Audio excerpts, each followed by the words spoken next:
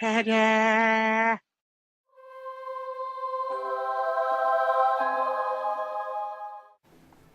For this 3-minute rules, we will be looking at the movement phase and the charge reaction part 1. In particular, we will be looking at the hold and the stand and shoot. All of this can be found on pages 16 and 17 of the large 8th edition rulebook.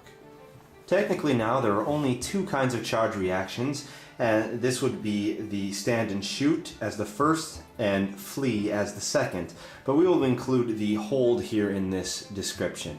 To explain the hold, let's pretend that this unit of Elven Archers is charging this unit of Night Goblin Spearmen. Now, if a unit is going to hold, it simply stands fast in place to receive the charge. A unit like this will typically hold if it has no missile weapons and it fancies that it has good chances in the combat. In this case, they will in fact hold. In addition, any unit that is already in close combat, for example with this unit of Illyrian Reavers, must always hold if another unit declares a charge against it. Second, we have a possibility of the stand and shoot. Now let's pretend that the archers declare a charge against this unit of Goblin Archers. If this unit here elects to perform a stand and shoot, it readies its missile weapons and gives the charging unit a swift volley. And this is of course only possible if the unit being charged does in fact have missile weapons. An important rule to remember is that it is only possible for this unit to perform a stand and shoot if the charging unit is further away than its move characteristic. In this case, Elven Archers move 5 inches, so they must be further than 5 inches away for them to have the time to load their arrows and shoot. As we can see here, they are more than 8 inches away, so this is possible to carry out.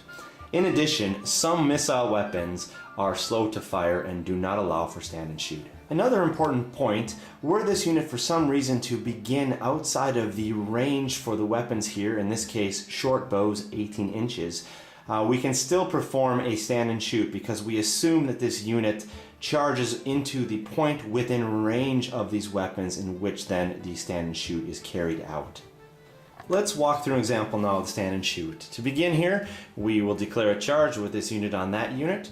They perform a stand and shoot, which means they will have 2 rows now, 5 in each, attacking with 5 shots.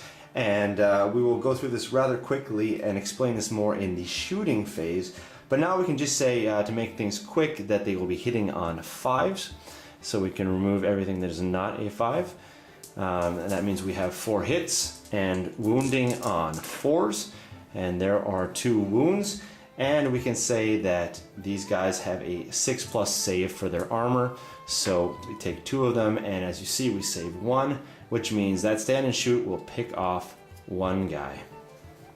Now that was not a very powerful stand and shoot, but let us pretend for a second that the Goblin Archers actually were able to have 3 kills, and they were able to pick off 3 of these guys, which would drop them below their 25% threshold, which means they would need to take a panic test in the middle of their charge. Let's say we roll this out and we actually get a 5, and their leadership is in fact an 8. That would mean that where they are standing right now, or if wherever they entered the 18-inch range here, they would have to in fact turn around exactly where they are and roll now for a panic roll, in this case 11 inches, which would take them 11 inches that way.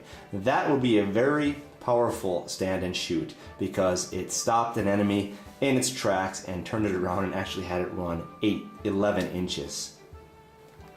In most cases now, there is no downside to a stand and shoot over simply holding.